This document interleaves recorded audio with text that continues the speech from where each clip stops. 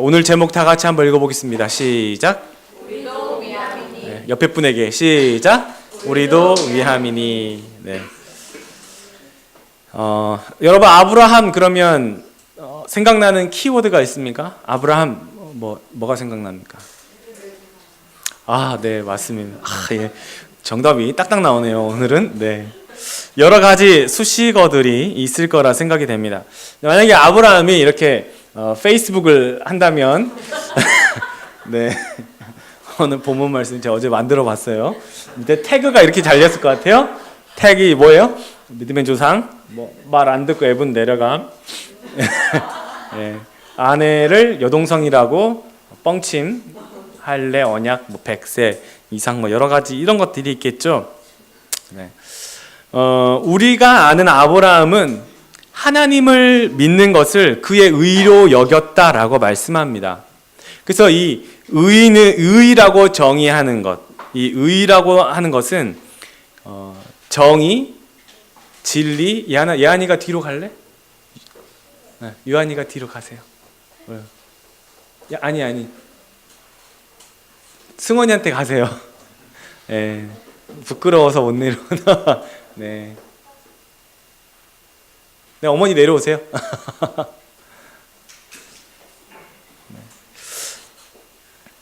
이 의라고 하는 것은 정의, 진리, righteousness 이렇게 해석하는 것이 아니고 하나님을 향한 의로 항상 해석해야 됩니다.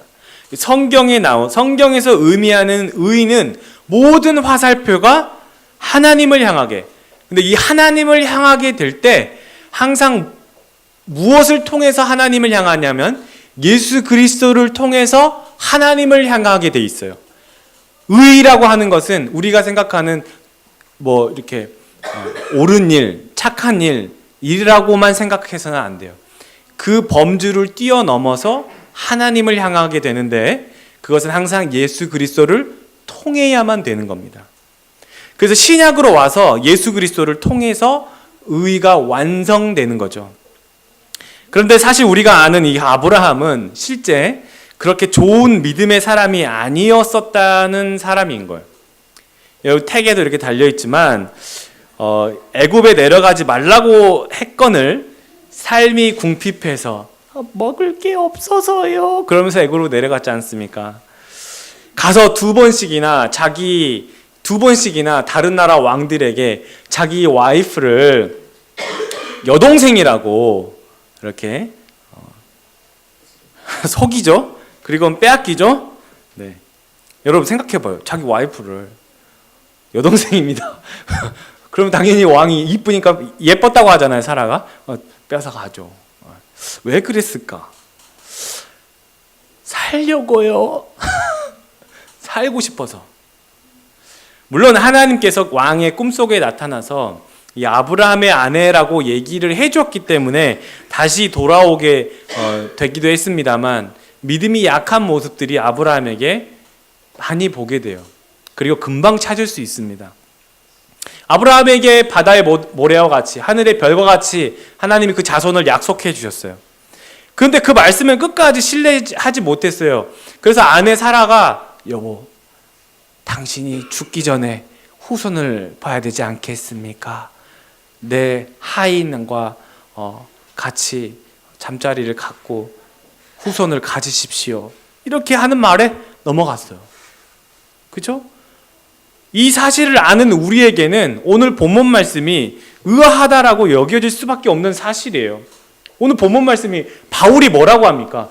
아브라함이 말할 수 없는 중에 말하고 믿었으니 이는 네 후손이 이와 같으리라 하신 말씀이 그가 백선하되 자기 몸이 죽은 것 같이 근데 마음이 약하여지지 아니하고 믿음이 없어 하나님의 약속을 의심하지 않기는 믿음으로 경고하기는 하나님께 영광을 돌리기는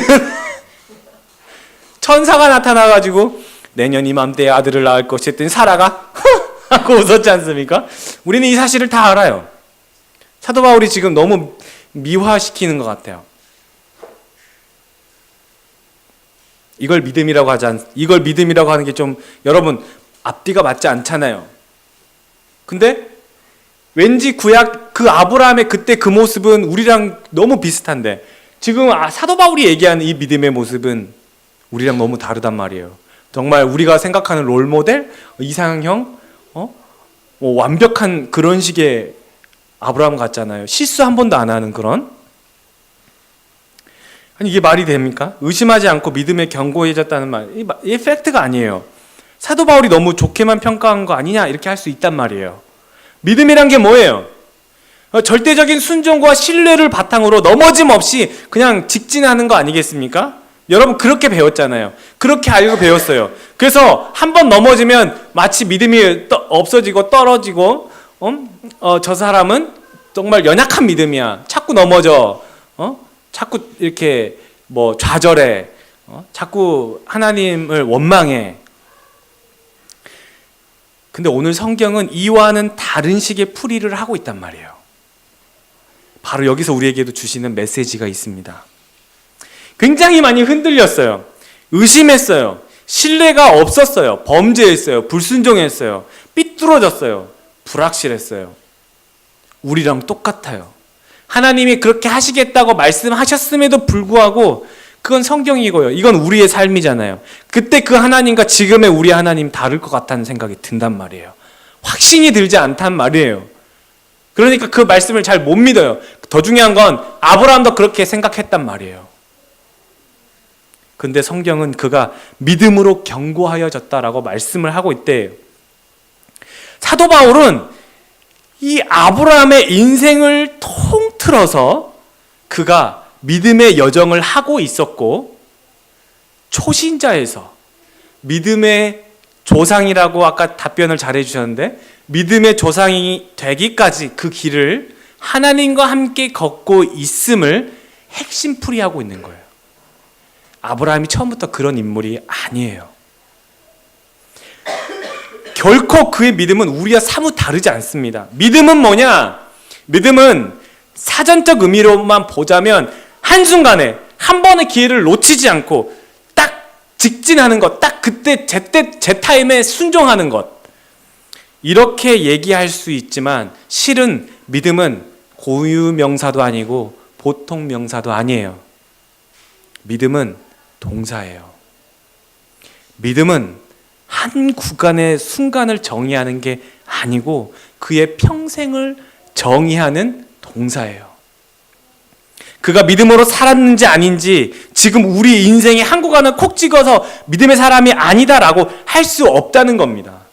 앞으로 우리가 달려갈 길, 빌립보서 3장 14절 시작. 표대를 향하여 그리스도 예수 안에서 하나님이 부르신 상을 위하여 달려가노라. 달려가는 중이에요. 여러분 우리 다 be going to예요. 다 그냥 하고 있는 중이에요. 하고 있는 중이에요. 하고 있는 중이에요. 자라가고 있는 중이에요. 만약에 여러분 하나님이 예준이가 앞에 있는 유한이 같은 아이들한테 예준이 같은 아이들한테 탁 찍어가지고 너 왜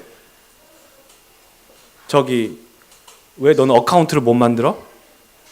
뭐 아니면 너 왜 운전을 못해? 하나님 이렇게 할 수 있어요? 여러분 있어요? 없어요? 당연한 말이죠. 아직 아니야. 아직 그 나이가 아니란 말이에요. 믿음은 그 순간을 탁 찍어서 그렇게 얘기하지 않아요. 하나님이 물론 우리에게 온전한 믿음을 바라시고 우리의 믿음의 의지를 일으켜서 믿음으로 하나님을 바라보길 원하시는 그건 늘 우리에게 요구되는 사실이에요. 그럼에도 불구하고 그렇게 못할 결정을 내릴 때가 참 많죠. 그치만 지금 그 순간을 가지고 넌 형편이 없어. 넌 정말 나쁜 사람인 것 같아. 넌 정말 내가 여러 번 용서했는데 넌 안 될 것 같아. 라고 하지 않으신다는 거예요. 왜? 아직 자라는 믿음의 과정이기 때문에 그래요. 믿음은 동사예요. 명사가 아니에요. 이루어진 것도 아니에요. 달려가고 있는 중이에요. 나 자신을 보면서 여러분 늘 자책하지만 물론 그 자책이 회개로 이어지는 것이 참 아름답습니다. 주님 불쌍히 여겨주십시오.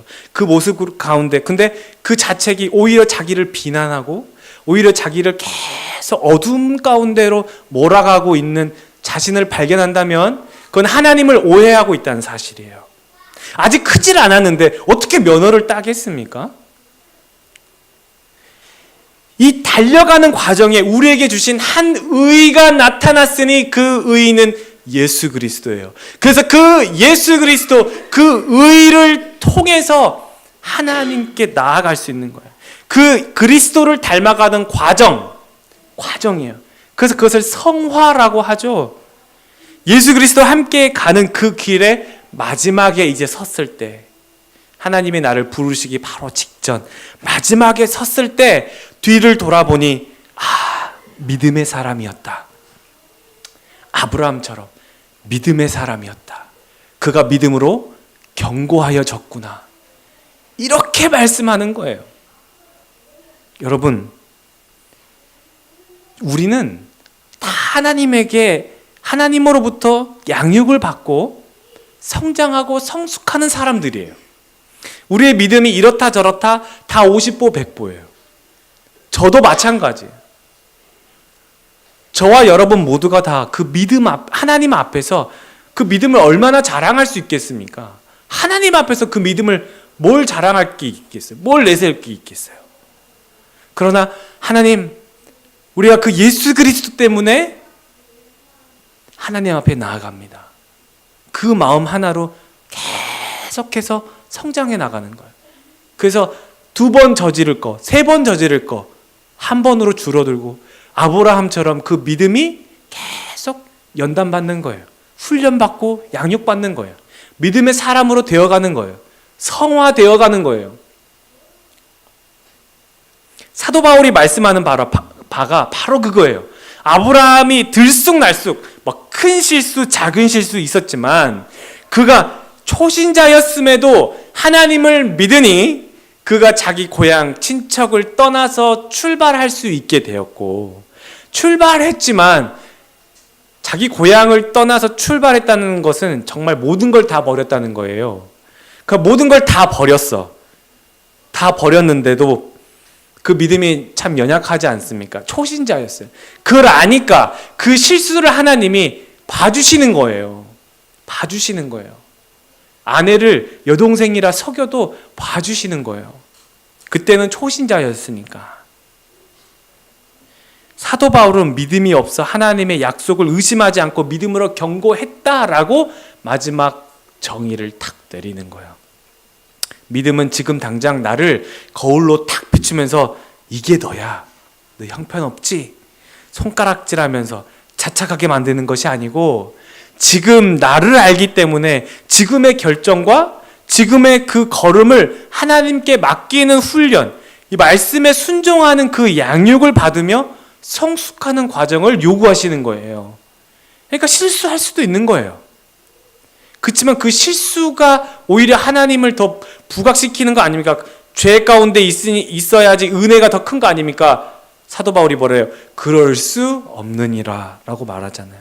그게 아니고 죄를 많이 지을수록 은혜가 많긴 하지만 하나님을 더 사랑하기 때문에 그것을 미워하는 거예요. 죄를 미워하는 거예요. 죄를 짓지 않게 되는 거예요. 하나님이 원하시는 것을 가게 하는 거예요. 그 이유는 사랑하기 때문에 그래요. 하나님을 사랑하기 때문에 그걸 결정하는 거예요. 여러분 사랑하는 사람이 그걸 원하는데 그걸 사랑하는 사람이 원하는데 자꾸 사랑하는 사람의 마음을 아프게 하면은 그게 좋겠습니까? 아니죠. 지금 이 순간 우리가 믿음이 없어진 모습을 보고 우리 하나님이 나를 포기하거나 내버려 두시는 하나님이 아니라는 뜻이에요. 결코 고아와 같이 내버려 두시지 않는다라고 말씀하시는 거예요. 우리를 예수의 피, 값으로 샀기 때문에 그래요. 자기 자신을 화목제물로 동물의 몸처럼 십자가라는 이 제단에 자신을 바쳐버린 거예요. 그래서 우리를 샀어요. 그렇기 때문에 오늘 말씀 23절부터 성경이 이렇게 선포하는 거예요. 그에게 의로 여겨졌다 기록된 것은 아브라함만 위한 것이 아니요. 그 다음에 시작. 의로 여기심을 받을 우리도 위함이니 곧 예수 우리 주를 죽은 자 가운데서 살리신 이를 그 다음 더 중요해요. 시작. 예수는 우리가 범죄한 것 때문에 내줌이 되고 또한 우리를 의롭다 하시기 위하여 살아나셨느니라. 우리의 실수가 용납될 수 있는 이유는 예수 그리스도께서 내줌이 됐기 때문에 그래요. 주님이 그러시잖아요. 야 너희들 네 눈이 실수하면 네 눈이 범죄하면 네 눈깔 빼야지. 죄송합니다. 네 눈을 빼야지 천국 간다. 그 다음에 네 손모가지 죄송합니다. 네 손이 잘못하면 오른손을 백체 중에 오른손을 잘라야지 천국 간다. 이렇게 얘기하지 않습니까? 그러면 우리가 천국 갈 사람이 누가 있냐고요. 다 자르고 가야 되지 않겠어요? 예수님이 그렇게 말씀하셨는데 다 잘라야 되잖아요. 여러분 막 죄 짓고 다음 주에 교회 나오는데 막 휠체어 타고 할렐루야 손가락 발 잘랐으면 할렐루야 이렇게 나올 건 아니잖아요. 말이 안 되는 거예요. 그뿐이겠어요? 우리가 뭐 머리털부터 발끝까지 다 죄인데 의인은 없으니 하나도 없다라고 말씀하는 거예요. 아무도 갈 수 없다. 그럼 어떻게 갑니까? 잘라야 돼 간다는데 눈 빼야지 간다는데 어떻게 가냐고요. 그래서 예수님이 내가 대신할게 라고 하시는 거예요. 내가 대신 죽어줄게. 내가 대신 내 눈을 빼고 내 팔을 자르고 내 다리를 자르고 내가 너희 대신 죽어줄게. 그렇게 내줌이 되셨다라는 거예요.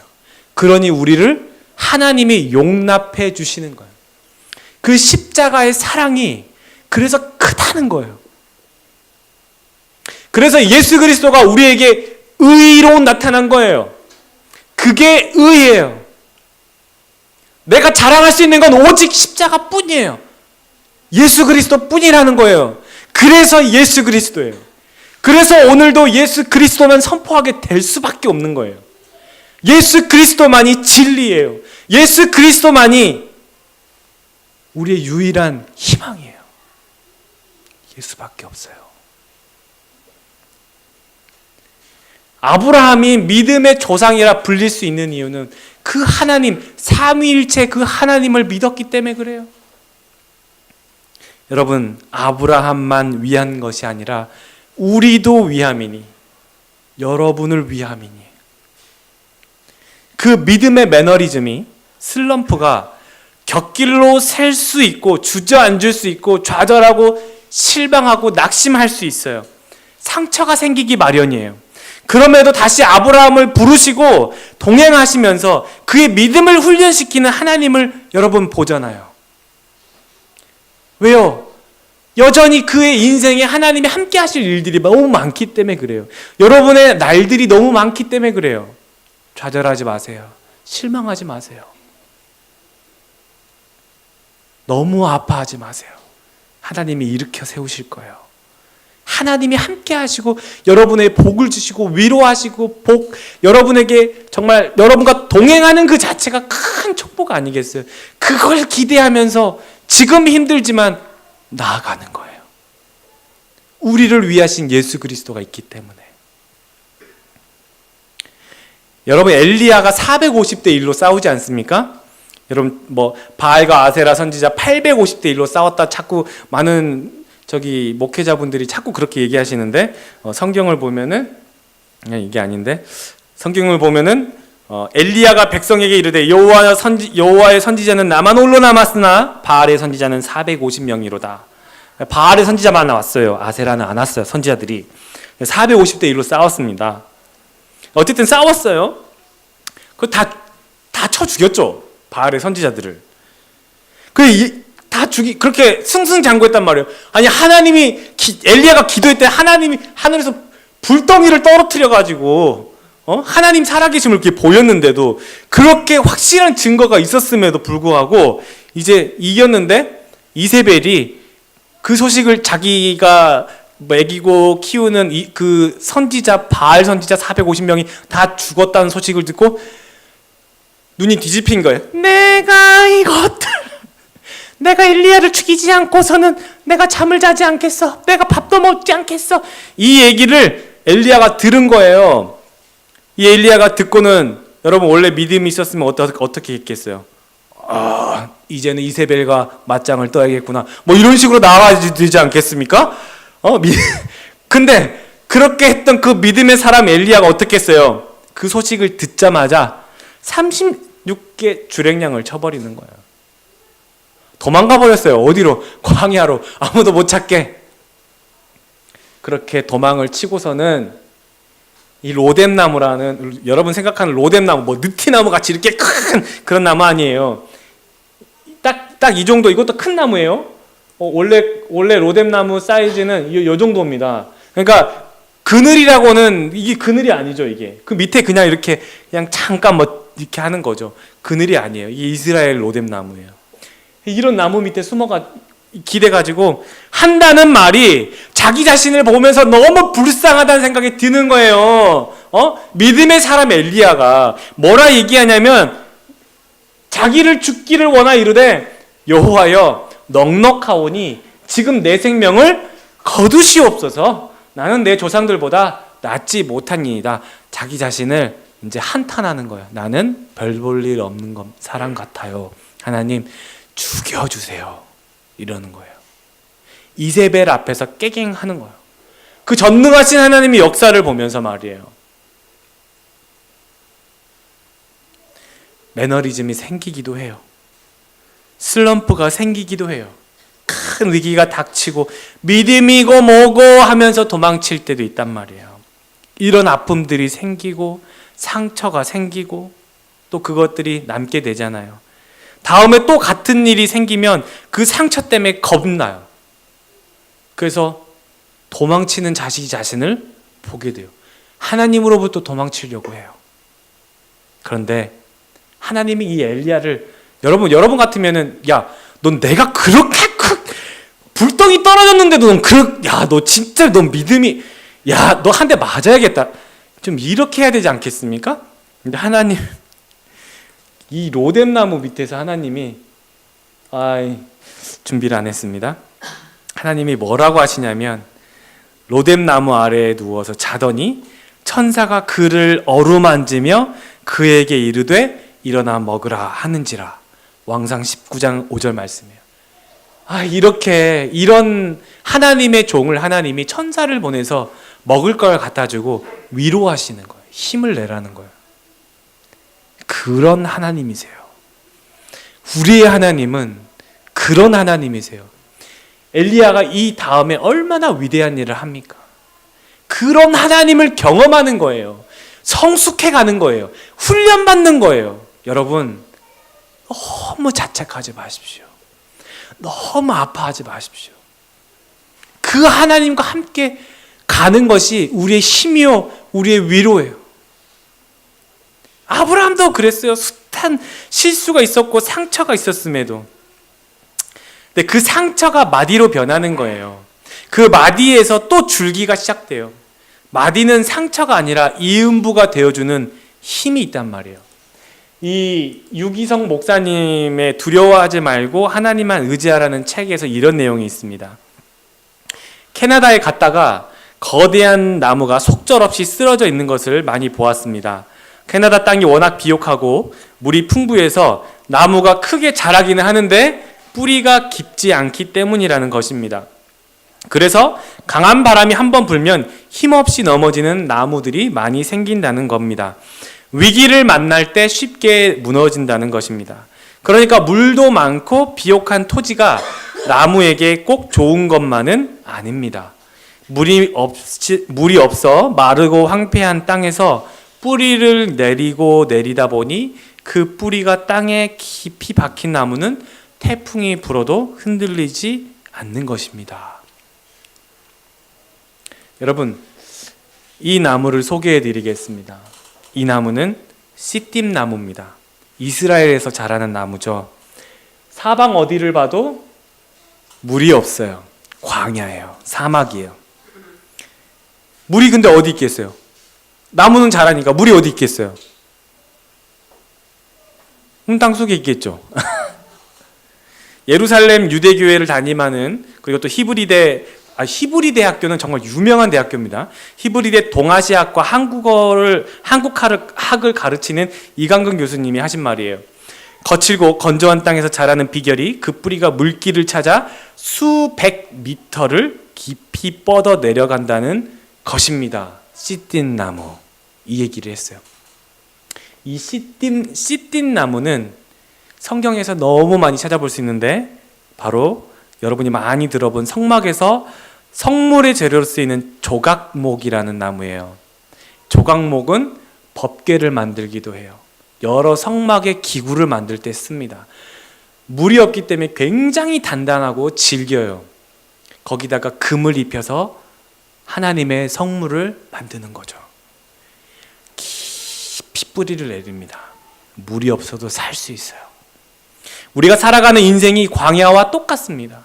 하나님은 그 광야에서 누구와 함께 어떻게 사느냐를 보시는 거예요. 지금 당장 물이 없는 것 같아도 깊이 그 생수의 근원이신 예수를 향해서 뿌리를 내려가는 과정이에요. 의심하고 신뢰하지 못하는 모습이 있어도 초신자에서 성숙한 믿음의 사람으로 양육받고 훈련받는 그런 성장 과정이라는 사실이에요. 그래서 여러분, 걸음마를 하는데 어찌 넘어지지 않겠습니까? 고지를 향해 등산을 하는데 어찌 쉬지 않겠습니까? 주님이 더 잘하세요. 내가 쉴 곳도 상처에 약 바를 곳도 예비해 놓으신 분이에요.